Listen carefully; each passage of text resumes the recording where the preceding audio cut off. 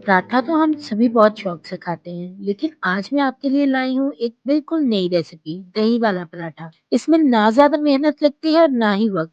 बस एक खास तरीका जो पराठे को बनाएगा नरम, फीकी और बेहद मज़ेदार। ये दही पराठा खाने में हल्का है और घंटों तक नरम रहता है। तो आइए देखते हैं कैसे बनेगा ये मज़ेदार सा दही पराठा। बिस्मिल्लाहिर्रहमानिर्रहीम। अस्सलाम वालेकुम माय यूट्यूब फैमिली। तो ये मजेदार सा पराठा बनाने के लिए यहाँ पे हमें चाहिए 1 कप दही। दही पुरानी और खट्टी नहीं होनी चाहिए, उससे फिर पराठे के जायके पे फर्क पड़ेगा। बस आपने फ्रेश दही यूज करनी। इसके साथ ही इसमें डालेंगे 1 चम्मच चीनी, जो कि पराठे में मिठास पैदा नहीं करेगी बल्कि कलर बहुत अच्छा आएगा। 1 टीस्पून डाल दिया है मैंने नमक का, और यहाँ पे 1/4 कप हम डालेंगे दूध। अब इन सारी चीज़ों को करेंगे बहुत अच्छी तरह से मिक्स, ताकि जो हमने चीनी इस्तेमाल की है उसका दाना अच्छी तरह से इसमें घुल जाए। तो यहाँ पे देखिए चीनी अच्छी तरह से डिज़ोल्व हो गई है, सब चीज़ें मिक्स हो गई हैं। अब यहाँ पे हमने डाल देना है इसमें 2 टेबलस्पून ऑयल। अगर आपने घी डालना है तो उसको मेल्ट करके यूज़ करें। इसको भी अच्छी तरह से मिक्स कर लेते हैं। अब ये सारी चीज़ें बहुत अच्छी तरह से मिक्स हो गई हैं, तो अब बारी आती है इसमें आटा डालने की। यहाँ पे बिल्कुल नॉर्मल आटा यूज़ करेंगे जो हम घर में रोटी बनाने के लिए यूज़ करते हैं। मेरे पास व्हाइट आटा है इसलिए मैं वो यूज़ कर रही हूँ।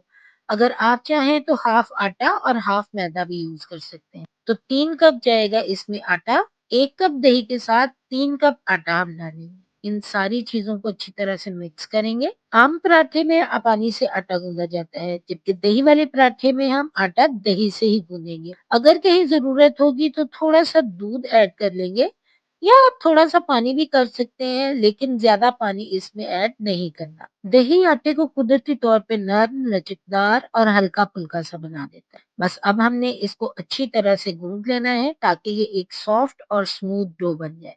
तो यहाँ पे आटा गूँध गया है।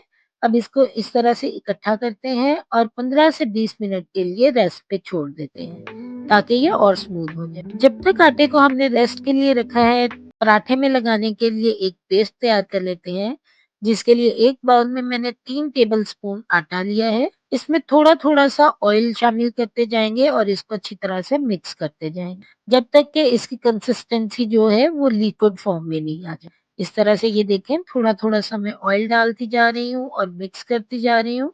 बस थोड़ा-सा और ऑयल जाएगा और ये देखें ये परफेक्ट कंसिस्टेंसी इसकी रेडी हो गई। यानी 3 चम्मच आटे में यहाँ पे 5 से 6 चम्मच ऑयल जाएगा। इसको अच्छी तरह से मिक्स करेंगे और साइड पे रख लेंगे। तो यहाँ पे देखिए आटा भी हमारा अच्छा सा रेडी हो गया है, बिल्कुल स्मूथ डो बन गई है।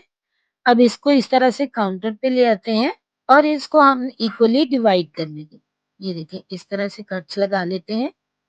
ये यहाँ पे तो मैंने 4 कट्स लगाए हैं, लेकिन जब पेड़ा बना के देखेंगे अगर ये ज़्यादा वज़नी लगा, ज़्यादा बड़ा पेड़ा बना तो थोड़ा-सा आटा इसमें से निकाल लें। बस इस तरह से इसका पेड़ा बना लेना है, बिल्कुल नॉर्मल तरीके से जैसे हम घर में रोटी बनाने के लिए यूज़ करते हैं। तो यहाँ पे सारे पेड़े बना के मैंने रेडी कर लिए हैं। ये 4 नॉर्मल साइज़ के और एक थोड़ा-सा छोटा पेड़ा बना। अब एक पेड़ा उठाएँगे, हाथ से उसको इस तरह से फैलाएँगे और फिर इसको रोल करके इसकी एक रोटी बना लेनी है।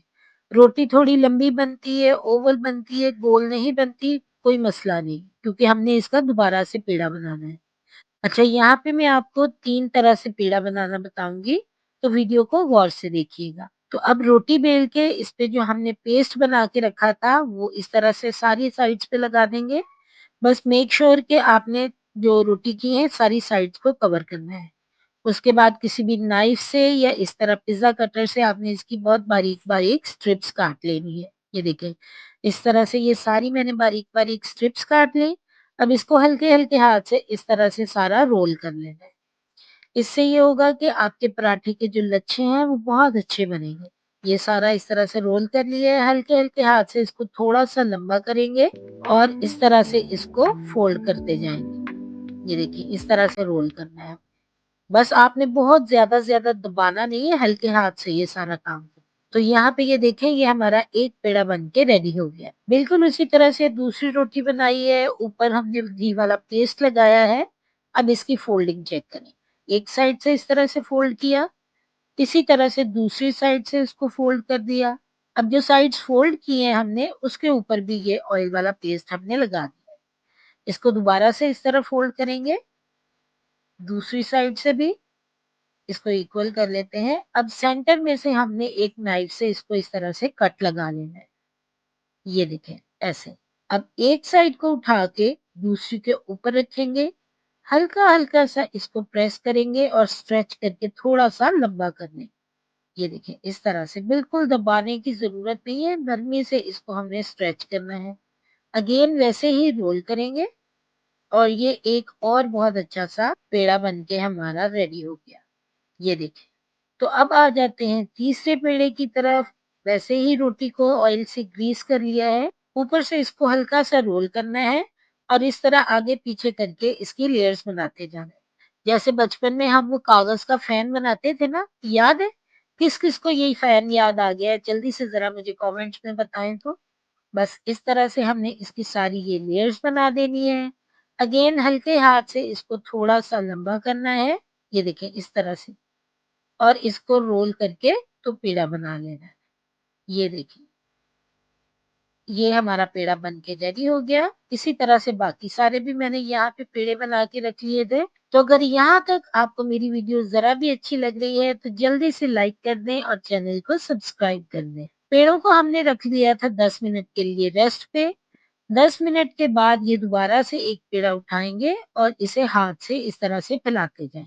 ज्यादा कोशिश करनी है कि हाथ से ही फैलते जाएं पेड़े, और बेलन कम यूज करना पड़े। ये देखिए, बिल्कुल हल्के हाथ से आपने इस पे बेलन चलाना है। ये जो दही वाला आटा होता है ये बहुत ही स्मूथ और सॉफ्ट बन के तैयार होता है, इसलिए आपको ज्यादा बेलन जोर जोर से चलाने की जरूरत नहीं पड़ती। तो दूसरी तरफ यहाँ पे मैंने तवे को गरम कर लिया था, पराठा इस पे डालेंगे। एक साइड से हल्का सा सिक जाए तो दूसरी साइड टर्न कर देंगे। बस दोनों साइड से हमने इस तरह से हल्का हल्का सा सेक लेना है इसे। अब यहाँ पे अगर आप चाहें तो देसी घी लगा लें, नॉर्मल दूसरे वाला घी लगाएं या फिर बनाएं ऑयल से। इसको फ्लिप करेंगे हल्का हल्का सा इस तरह दबा के, तो इसकी दोनों साइड टर्न करते जाना है। यहाँ पे देखें कितना ही खूबसूरत कलर आया है। और आपको पता है ये जो हमने आटे में चीनी शामिल की थी, ये कलर उसकी वजह से इतना रेड रेड और प्यारा सा आता है। बस दोनों साइडों को इस तरह से हल्का हल्का दबा के फ्लिप करते जाएं और ये मजेदार सा दही वाला पराठा बन के रेडी है। इसी तरह से ये बाकी सारे पराठे बना के रेडी कर लेंगे। तो ये लेंगे, यहाँ पे हमारे दही वाले पराठे बन के तैयार हैं, जो कि बहुत ही सॉफ्ट, खुशबूदार और बहुत ही लजीज बन के रेडी हुए।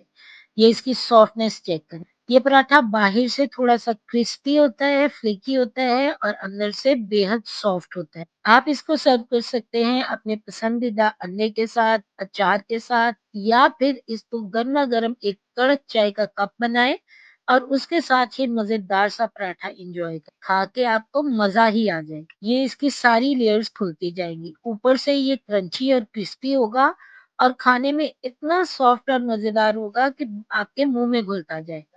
और सबसे बड़ी मजे की बात यह है कि आप इसको बना के रख लेंगी तो ये काफी देर तक सॉफ्ट ही रहता है। अगर आप नाश्ते में कुछ नया और मजेदार सा ट्राई करना चाहते हैं तो एक बार ये पराठा जरूर ट्राई कीजिएगा।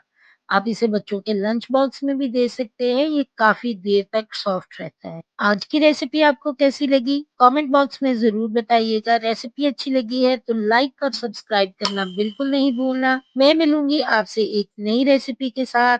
टिल देन, अल्लाह हाफिज।